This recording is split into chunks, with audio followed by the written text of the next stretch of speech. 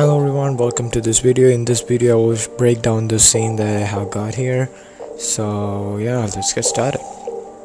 So if you just look at this, I will start the breakdown from the floor to the roof. So if you just isolate it and hide everything else, you can see it has an array modifier. Look, there's an array modifier here applied to it with a count of 6. And yeah, there's also a texture which I downloaded from textures.com applied to it as well, and I'll just show you that. It is this floor texture from textures.com, so that is applied to this plane here. That is it actually for the floor. And if I unhide everything, I'm next gonna show you with walls. So these walls, I have done some more, I have put more effort into it, because I have, if I just enable the textures, yeah, you can see that I have extruded some geometry out of based on the texture, just to give it some depth, and it also has an array modifier applied to it, as well as a mirror modifier to mirror it to the other part as well, other side as well. So yeah, it uses two separate textures, and this bottom part of the plane uses this texture, this part of the plane, and this part of the plane, and on the other hand uses another texture, which is this one. Yeah, this texture.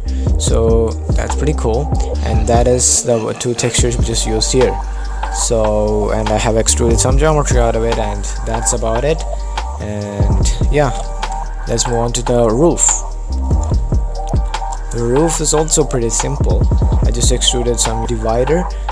I don't know what to call this. I'm just gonna call it a divider, and I have more extruded some of them inwards to here in the z-axis, and I also,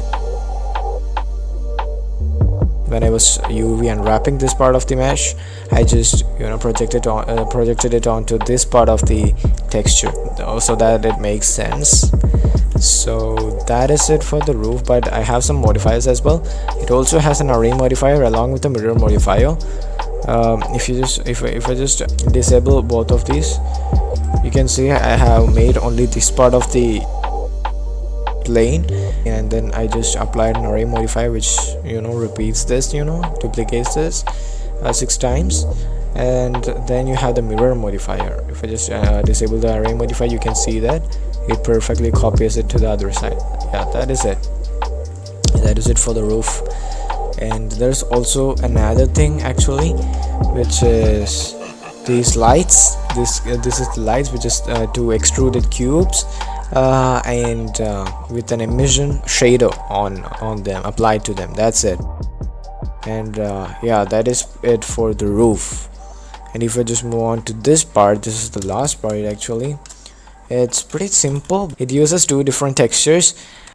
So okay, this part of the mesh have this texture applied to them, and this has displacement as well, and all the other parts, I mean these both faces, have another texture, which is this texture applied to them.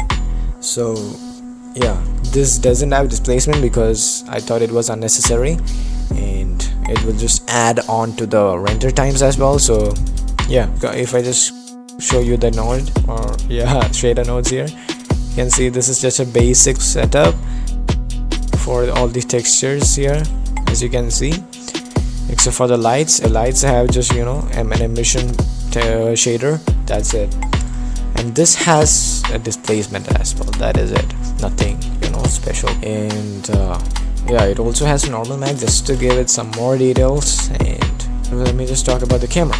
So the camera, I didn't change up literally anything, and the feature set is by the way set to experimental.